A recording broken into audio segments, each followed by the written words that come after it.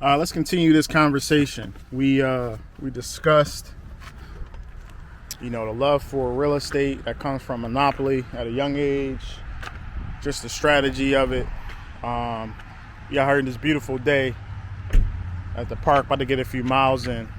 But let's continue to talk, right? So, landlord versus property manager. It's a great topic.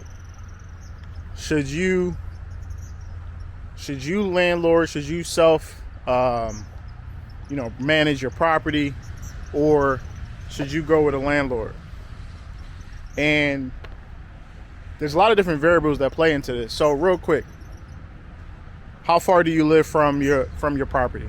That's a great question, right? So if you live, in a different state, or if you live, hours and hours away, then it's probably better for you to have a property manager, because you want to be able to you want to be able to have access to that property,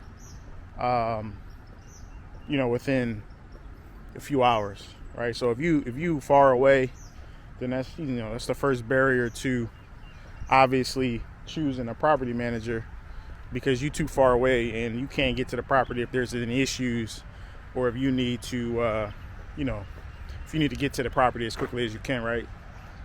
Secondly, do you want to deal with the possible headaches of managing, a tenant in a property 24/7, right? Because there will be issues, there will be problems, there will be maintenance, requests, and you have to be there, or you have to be available for you to answer those requests, right? So, that's the second thing. Are you a people person? Do you want to, deal with people? That's another question. There's no right or wrong answer when it comes to these things, because you might just be an investor. I've learned after managing my properties for a couple of years that I am an investor. I am not a manager when it comes to my real estate properties, right? So learning the things that you and having that self-evaluation on the things that ultimately is, your strong suit, the things that benefit you, the things that you want to deal with.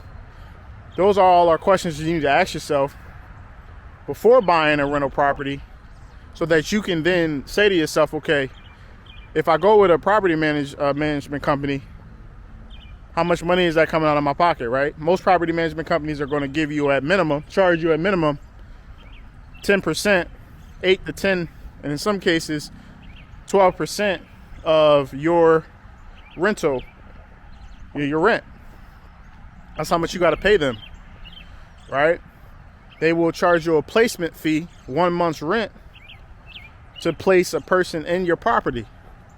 And then in some cases, they will request for you to have a maintenance maintenance fund that will ultimately be there, the money available when, little small repairs need to be made. So it's important to know the numbers, because if you ain't cash flowing, if you're not in a certain place financially, you probably shouldn't have that real estate property anyway. But if you do, then you might have to self-manage. You got to know the numbers also when it comes to property management. So the choice of, do you go with property management? Do you do it self-manage yourself?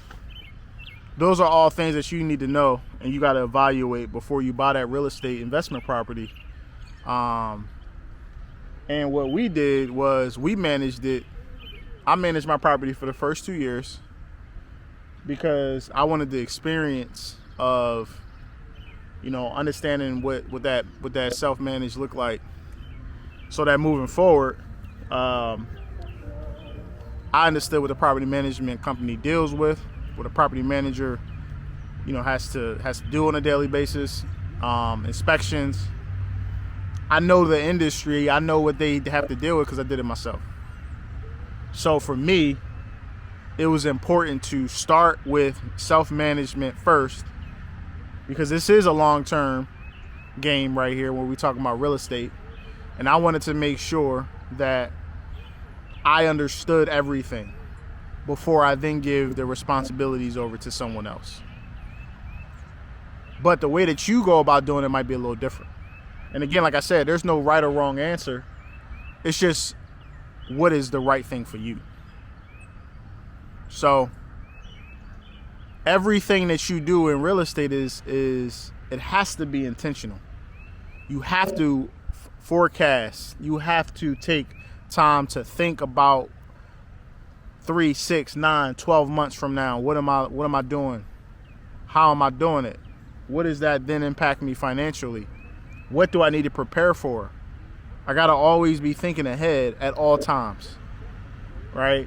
So moving forward for me, I got a property manager. She's taking over and spearheading the turnover of the property. And moving forward, I'm gonna be an investor only. I can consult. I can give my, as an owner, I can give my 2 cents on different things. But I am given that responsibility of management over to a property manager. I had to learn that it ain't for me. It ain't for me. So, how you go about doing these things is important, and ultimately understanding who you are and the skills and the talents that you have and how you can, impact, the real estate game is important.